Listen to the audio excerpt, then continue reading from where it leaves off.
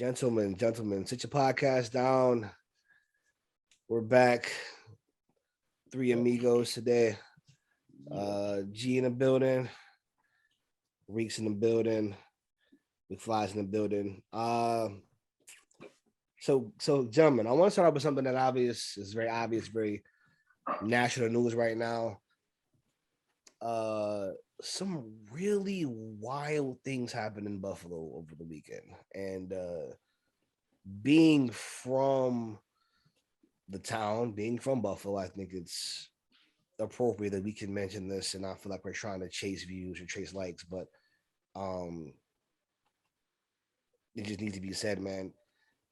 Racism sucks. Mass murderers need to be called mass murderers.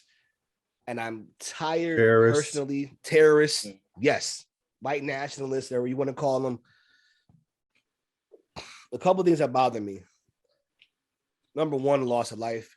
I mean, lots of people that like we all like know or people have that we have in there have connections to them. So the thing lip service like this is real, right?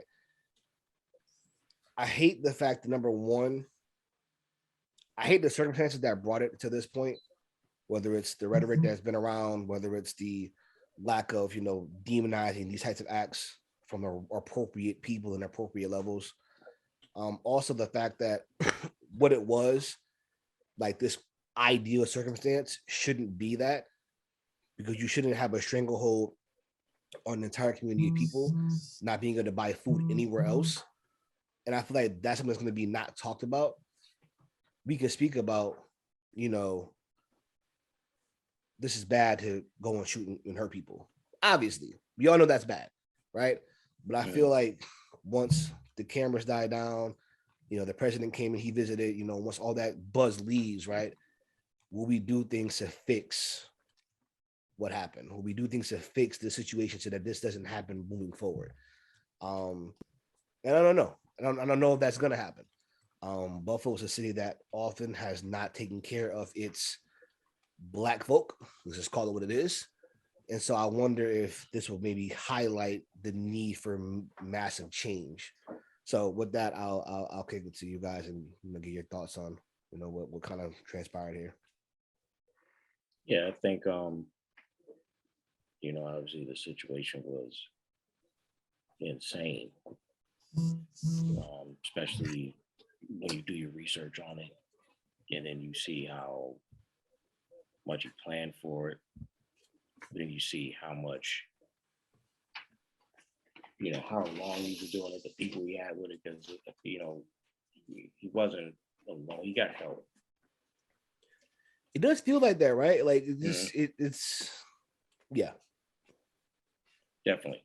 Because I think that for him, because one thing that I think a lot of people don't realize about the city, it's one of the most segregated cities in the country, for one. Two, you have a lot of people that have the same views and support the same things that he does. So one thing that people don't realize is that you look at when they stormed the Capitol, a lot of people that the feds arrested, after they did their research, find out who was there, were from this area. So yeah, I played football actually with one of the people. Didn't realize right. he was like that until obviously he showed up at the Capitol. Right. So There you go. it's a network. So you can see, like, because even when he, it's also crazy that he live streamed it. So that's probably the first time people actually saw a live stream like that and saw the footage of what he did. But the fact that he had 26 people watching, people knew. Where do you arrest for that? Right. You had people watching, so they knew what he was about to do because he was sitting there telling everybody he was about to do. He had a whole report. He planned it to where it's like, okay, it'll be Sunday afternoon. It's going to be older women because these cases, like, he's been there several times. And security guard, even like every time he's been there, like, what are you doing here? Because he just looks out of place. Like, it's not saying that there's no white people that never go to that Tops, that never go to that grocery store, because there are, because there are white people that work in that area. And they might have to go pick something. So they, people are familiar with them, but he just looks so out of place. Security guard stopped him all the time, like, what are you, like, what are you doing here? So there was there was a Facebook post this woman put out, and this is where she felt like she had a conspiracy theory way like right after it happened, because she said something felt funny to her the day before and the day after. She said the white dude, she thinks she saw the white dude there the day before. The security guard saw him, told the manager, like, yo, he's here again. And the manager went and asked him, like, yo, you gotta go. Then she said that the reason why she was waiting so long, because she was waiting and saw that because she was trying to get a refund for something she was overcharged for or whatever. And the manager told her, I got to fill out this form, whatever, come back tomorrow between this time and this time. And I think it was like between 2 and 4 or something like that. Interesting. So, and I thought that story was very interesting, but not saying that the manager or anybody had anything in on it. It could be something we looked into, but it also gave you the feeling like, he's not acting alone. For him to not be from here and just have all the information, like, because you can like drive back and forth, but you still got a network of people that's helping him. Because just to pick this grocery store. I think you definitely have to know the lay of the land. Right. You have to know how Buffalo is, and you can research some things, sure, and get lucky, sure. Right. But it feels way more strategic than that. Even just considering how he was dressed, how he was prepared for every scenario, prepared to encounter armed security, prepared to shoot and fire upon that person, right? It seems like way more planning went into that than just, I just happened to pick the perfect place at the perfect time. Right. That don't sit well with me. Right. And you wasn't almost speaking on it. You said too. You said this guy looked out of place. Outside the fact that he's obviously looks like he's casing a place, and you can get a vibe from when somebody's casing a place, right? He looks out of place because if you're white in Buffalo, you can go shop 8 other places, right? Because most of the places to shop are where you mostly live, right? And that's the thing. If you aren't from Buffalo, let me explain it to you. The entire quadrant of the east side, or was considered the east side of Buffalo, is black. I mean, like 90%. It is insane. Right. It's so densely black that the few white families you probably know, because there's only like 5. Right. In a neighborhood, there may be 1 or 2. You know who they are because they're very scattered. Right. And we don't even really want to talk about how hard it was to even petition to get that one grocery store. It was years of petitioning and years of having no grocery store once the other one closed. Right. The one we used to have. Right. That grocery store is only been out like 2003 or something like that. That's when it came out. Yeah. So like you gotta think decades and decades of the East Side not having a grocery store. Right. And truth be told, like, let's be honest, it's not really the most quality store either. Right. I was about it's one of the smaller tops, doesn't have the same selection. Like, I mean, it's like it's better than it's better than the bodega. Right. It's better than nothing, but it ain't good. Like, it sucks. So which also makes it seem like this dude was like out of place, because where he's from, every grocery store is like way better. So like other Tops branches have way better Tops than that Tops. They got Wegmans, Whole Foods, Trader Joe's, like they have Walmart, Supercenters, right? For all the areas they live at, they have all those options. And for you to come to possibly the worst grocery store in the city, it makes no sense. Quite honestly, yeah. It is different for me because this is the neighborhood I grew up in. Most of my family's still there. Some of my family was there, so my family was on their way there. So it's like to constantly see Black people executed in some live format. It's just a traumatic thing, and then to have this feeling that nothing is going to change is the sad part. I mean, y'all kind of touched on a lot of the other stuff that I probably have an opinion on, so I'm not gonna get into that. But like, just the blatant execution of Black people put on some type of live streaming platform is something that is just traumatic, and it's something that, like, I don't know if people really understand how that makes people feel. Like, I didn't want to leave my house. You know what I'm saying? And then there were other reports on, because this guy wrote a 500-page manifesto about why he was going to do it, and itinerary. He had a whole itinerary on where he was going to go, where he's going to be, and other places he was going to hit. Then you have other people, you know, the hidden races that are like, well, he's brave enough to do something, let me do something. So there were other reports around the city of other stores that were going to get attacked. And it's just like, this is just a trickle down effect. And, you know, a controversial take that I have is, you know, we have a lot of people that are claiming to be tough, and they're claiming what they would have done, claiming if somebody comes into their hair, in their hood, what they're going to do. You know, I feel like this is the time, and it's unrealistic to think that they would have that kind of reaction time. But, you know, when you look at the history and what organizations like the Black Panthers meant for our community, and then stuff like this happens, you kind of wonder, like, what would happen if, you know, we still had something like that? What would happen if we still had a little bit of more organization? Yeah. You know, there's a point to something that you said. You said the guys that are considered tough in our communities, right? Whether it's, you know, the bangers is just the dudes that talk shit, right? Isn't it interesting that guy who's supposedly tough, right, is looked at differently depending on the color of his skin? Like, on our side, that's a thug. It's a hoodlum, you know, that's a maniac, a psychopath, whatever. If that same guy is a thug, but he's got an AR-15 and he's got a MAGA hat and he happens to be white, he's a patriot. He just fights for his rights. It's amazing. About video games, right? It's amazing the distinction that it draws. Like, oh, white guy comes into a grocery store, he targets and shoots black people. He said that's why he was there. He accomplished said fucking task.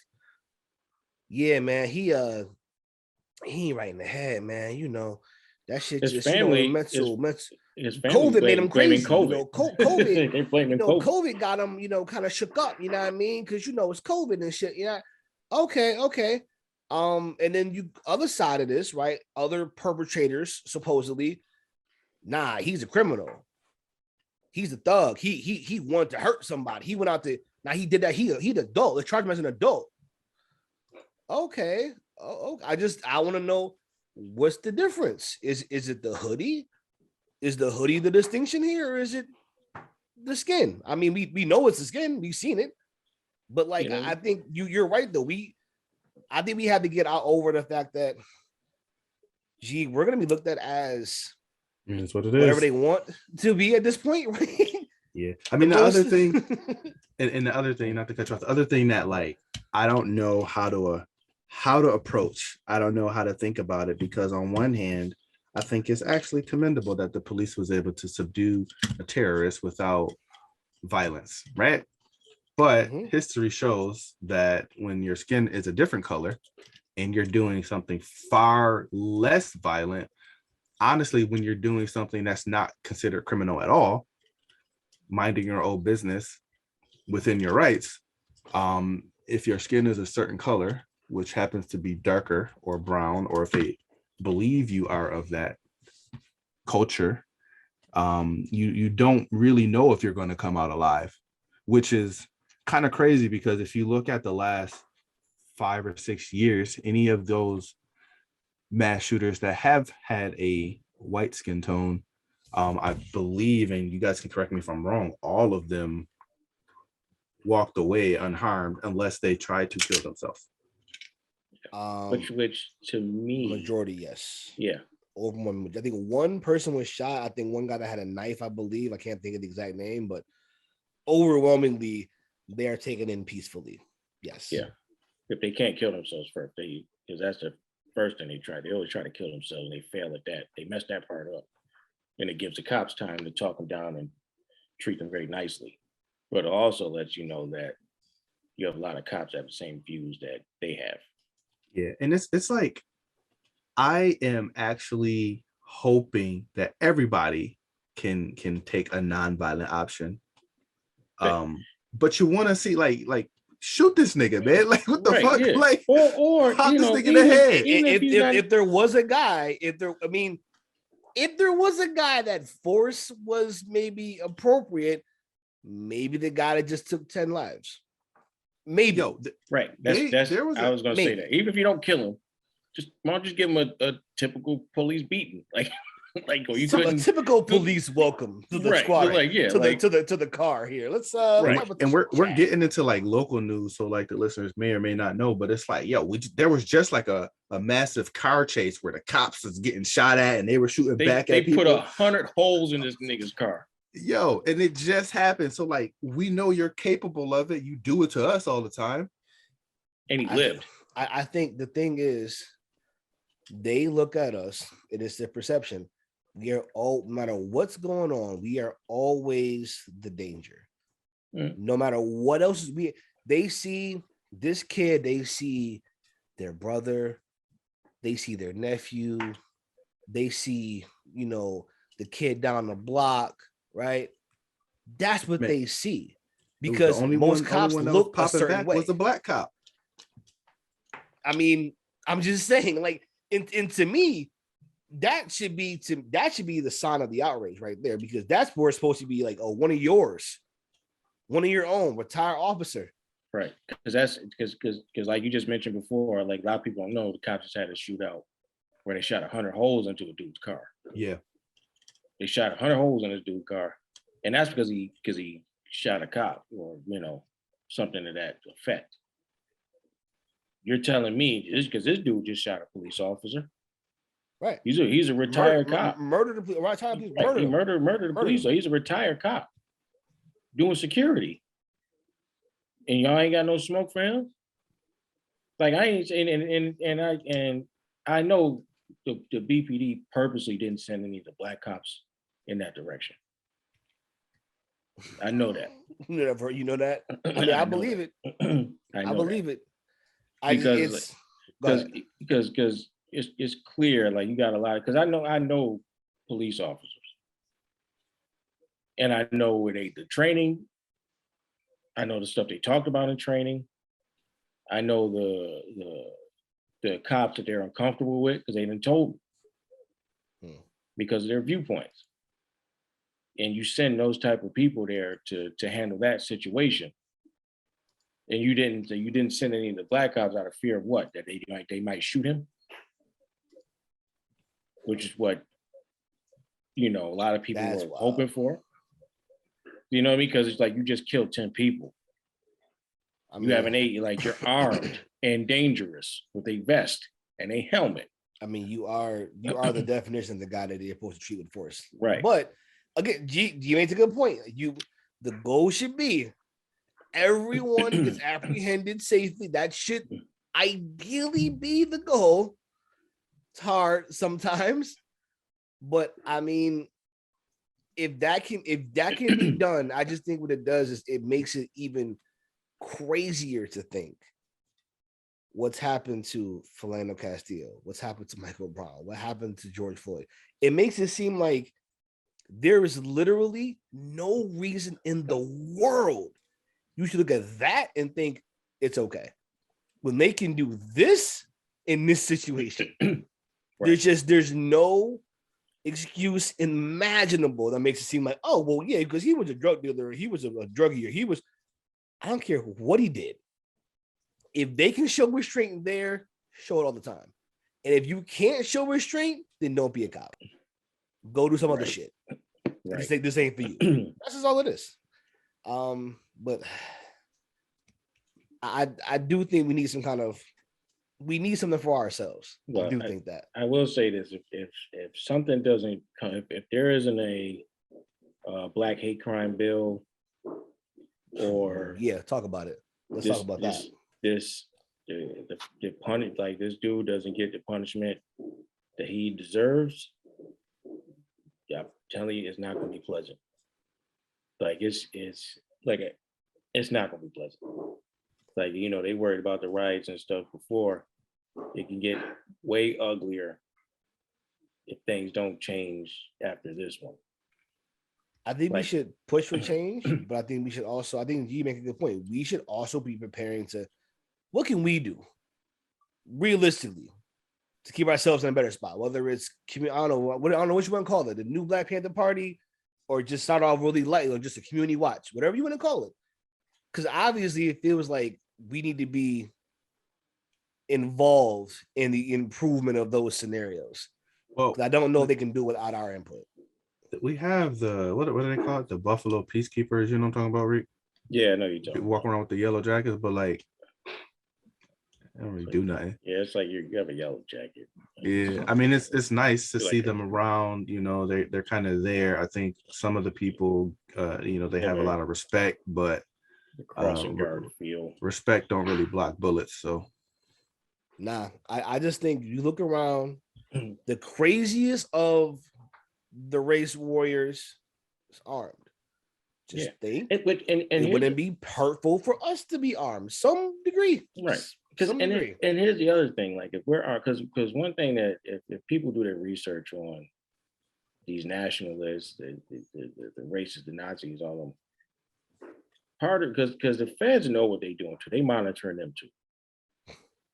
You know what I They mean? got them They just databases. They got all right. the information. They know what all that. They know all that information, but the thing is, like 98 to 99% of them don't do anything. They just talk all day. Because a lot of them are just computer warriors, sitting behind a computer, just talking crazy, with no life, no friends, no girlfriends, no nothing.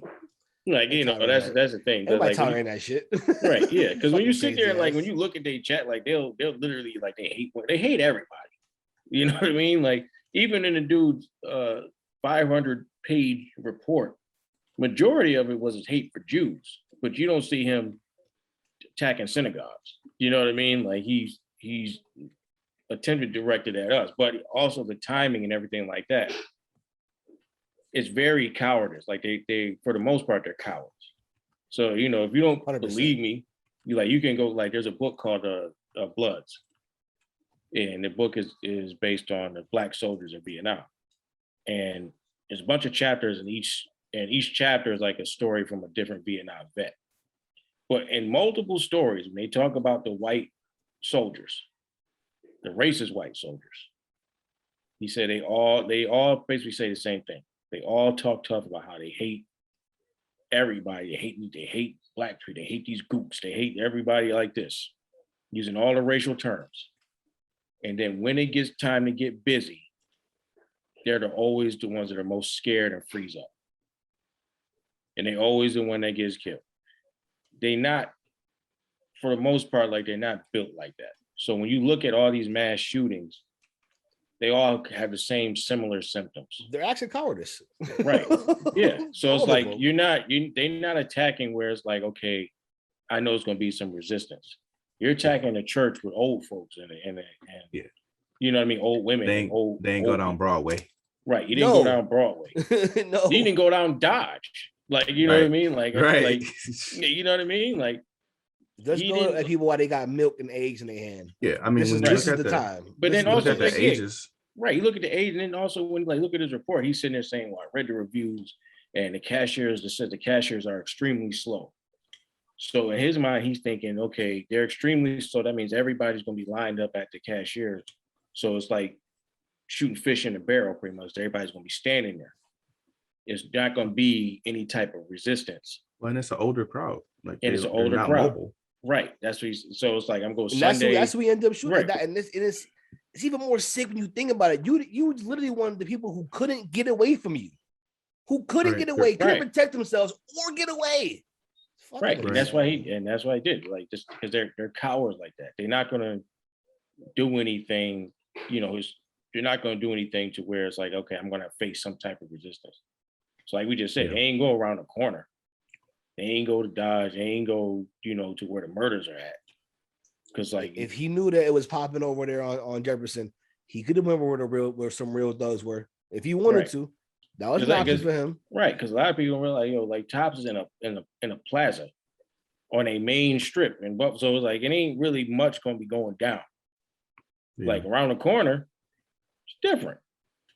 You just it is pops right in the hood though. If you go right. down one street, go It down really one or just- two streets, it really just makes me wonder though. Like, I mean, I'm not obviously I didn't live during this time, so I don't know how it really was, but obviously I've heard stories. I know people who are, their parents were involved in the Black Panther Party, but it's just like I think I'm less likely to come around starting some stuff if people walking around in all black carrying ARs, talking about you ain't about to mess with my community. I'm less likely to pull up there and try to mess with that community. Right. I'm not saying we need that. I have my opinions about guns in general. But I mean, they got them. Like when you look at I would say this: they are a deterrent. That's why bodies that have to control and occupy lands have them, because they are a deterrent. They don't walk over there with kind words and rhetoric and fucking kumayas. They went over there with gear and weapons. And even if you have gear and weapons, you're gonna think before you just run up. Maybe they need to go into those neighborhoods of ours and think, oh, they got a mini Black Panther Party that maybe has 5 to 10 guns. Now you're gonna think about what you're doing, because it's not just fish in a barrel. It's different. Right. And you can get surrounded. Yeah. You can get surrounded, which is another reason why he did what he did. Like, yeah, I mean, it was a cowardly plan. That's what most of them do. Even when they ran up on the Capitol, it was a cowardly plan. Right. It's like thousands of y'all. It's 4 security guards in here. Like, and you mad because the one dude shot? It's like 30. I'm gotta shoot somebody. But you see how they acted when they got real. When he probably like, yo, come and step brother, I'm gonna pop you. And when he did, everybody's like, oh shit. Oh my God, are you serious? You're right. You have to listen to me. I'm securing this area. I'm telling you to stop. I'm Secret Service. Like, what about my rights? Listen, that's not the discussion we're having. You need to stop. Nah, I don't want to. Oh, okay. Yeah. All of a sudden, when it got thick, it was like, okay, why are you doing this? Like, what do you mean? It's like, what do you mean? Why are we shooting? But we'll see what happens. Because it's been a while, a couple of days here. President was here today. I was there because I literally work a block up from that Tops in the morning time when I teach my classes. So, decided to walk down, see what's shaking, and it was interesting because, it's cops on every corner, state troopers on every corner, Secret Service everywhere, snipers on the roof. Don't play that. They were and undercovers. And then on the way, when I was walking back to the building, going to Utica, walking down Utica, and there's a parking lot. And in that parking lot, you're sitting there seeing these 2 white dudes that the cops were and the undercover and Secret Service were searching. And they look like everybody looking like, yo, we see why y'all over here. Y'all look real suspicious. Like, what are y'all doing over here? One of you looks like Rob Zombie. Listen, man. And I was telling somebody, but I grew up in that area, right? And it's like, you saw a white person, they were a cop or a crackhead. And it just is what it is. Like, why are you over here unless you're buying? Right. And again, we're not being funny. If you understand, this is how segregated the community is. Right. Yeah. Every house is somebody black. If you are white, you look out of place. It's just the reality of the area. Exactly. Either you like G was saying, either you copping, you're a police officer, or you're trying to catch somebody who's copping, or you're trying to catch somebody who's copping, or you might be doing construction over there. Yeah, but it's clearly it's a crew of y'all. Y'all all got gear. You got damage and shit. Like, you could be working. You're not just there. It just don't happen, man. It just don't happen. I mean, the president was there. Hopefully, hopefully positive things come from this. Change come from this. I think we're all skeptical of that. Yeah, but he said, Biden was like, what do you say? Like, he's not for the white supremacy. No place for white supremacy. I mean, like, that you should say that, right? So it's like, and it's weird because we know Trump would never said that. Trump ain't said nothing about this yet that I've seen. They're very fine people on both sides. Right, very he fine. Will never escape that line. He will never escape that line. But I don't think I don't. Yeah, a lot of But people. Yeah, a lot of people disagree with me. But I think Biden really. I don't think he really likes those people either. I just know that we're gonna you know what, and I shot your idea down about the delegation before, but this is going to be the reason why we need a delegation, because everybody's going to come with a different plan of what they want.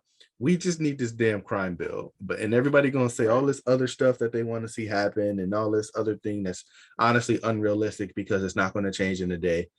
We need something like what our other minority friends, the Asians, got when they were being targeted. They got this in just like 2 weeks. Give us the same courtesy, man. Like that's all we want. Give us that. Okay, so real quick about this before we change subjects. Real quick about this. Chance the Rapper said this. Now it hurts it now because Chance the Rapper said Chance the Rapper.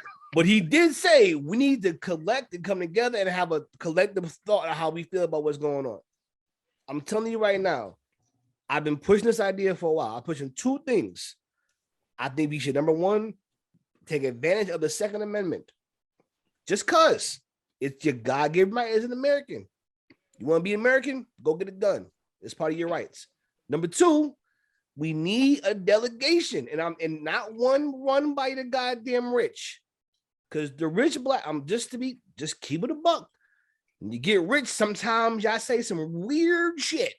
Bro, it's gonna get money, you get weird. And your hands are tied with a lot of stuff because you worry about losing the richness. Right. I hear you. Because the connections you made and the people that you connected with and people who made you, got a politic. People who own you, people who you owe favors to. Right. I get it. Got a politic. That's cool. Do your thing. Keep making good music. Keep making good whatever. Let us other black folk that don't have to worry about that come together. But I think we should definitely have a delegation, man. It ain't gotta be the end all be all, but if they want to get the black vote, talk to delegation. But we talk about this. What you need? Okay.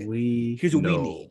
Period. We know we're gonna end up putting somebody like Al Sharpton and somebody that is not gonna provide the necessary skill set. No, we're gonna have like Puff Daddy, Al Sharpton. No, that's the point. That's the point. You know what we'll do? We'll have a celebrity. I think the idea of having factions is important. You want to have a celebrity take? Cool. Bring your celebrity take. That's not the only take. Because y'all talk like Republicans sometimes. Just keep it a buck. You get money. It's different. I hear you. And I'm not saying Republicans bad. We want Candace Owens. Come on, girl. It's not just for one political party. It's for everybody. But on the topic of blackness, let's be somewhat cohesive. Because every other group, when they need some shit done, it kind of gets done. You saw with the Asian community. You saw with the Jewish community. They get shit done. We're so fractured. I'm like, fuck the fraction, man. Come on, rapper. Come on, Republican. Come on, Democrat. Let's come on. Let's all talk. Black folk, let's talk. I think it can work, man. I just don't have. It's crazy that we're so fractured because we align on everything else. Generally speaking, we may have differences in the details, but we're pretty stuck on aligning on most things.